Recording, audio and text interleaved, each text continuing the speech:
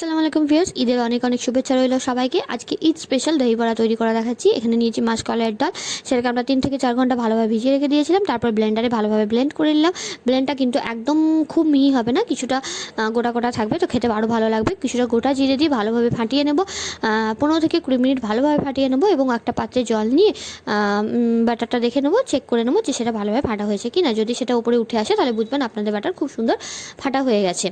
এখন তেলে আমরা বড়াগুলো সুন্দরভাবে লাল লাল করে ভেজে নেব।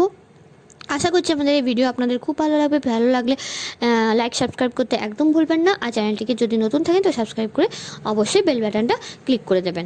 তো এখানে আমরা আরেকটা পাত্রে কিছুটা গরম জল নিয়ে তাতে অল্প কিছু নুন দিয়ে ভেজে রাখা বড়াগুলো এক এক করে আমরা তার মধ্যে দিয়ে দেবো এবং 5 থেকে 6 মিনিট ঢাকা দিয়ে রেখে দেবো, যাতে বড়াগুলো জল ভালোভাবে শোক করে নেয় এবং ভালোভাবে ফুলে ওঠে। এইভাবেই আমাদের পাশে থাকবেন, আমাদের সাথে থাকবেন এবং আমাদেরকে এইভাবেই সাপোর্ট করে যাবেন। আশা করছি ভিডিও আপনাদের খুব ভালো লাগবে। আর অবশ্যই বাড়িতে একবার ট্রাই করে দেখবেন, খেতে কিন্তু অসাধারণ লাগে। তো এখানে আমরা সব বড়াগুলো দিয়ে দিয়েছি এবং বড়াগুলো আমরা এক এক করে জল ঝরিয়ে একটা পাত্রে তুলে নেব।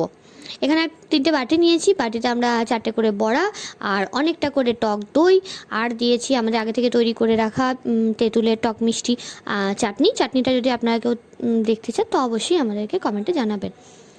তারপরে দিয়েছি টমেটো সস আর ওপর থেকে কিছুটা ঝুরি ভাজা। সত্যি অসাধারণ হয়েছিল খেতে, একবার অবশ্যই ট্রাই করে দেখবেন। থ্যাংক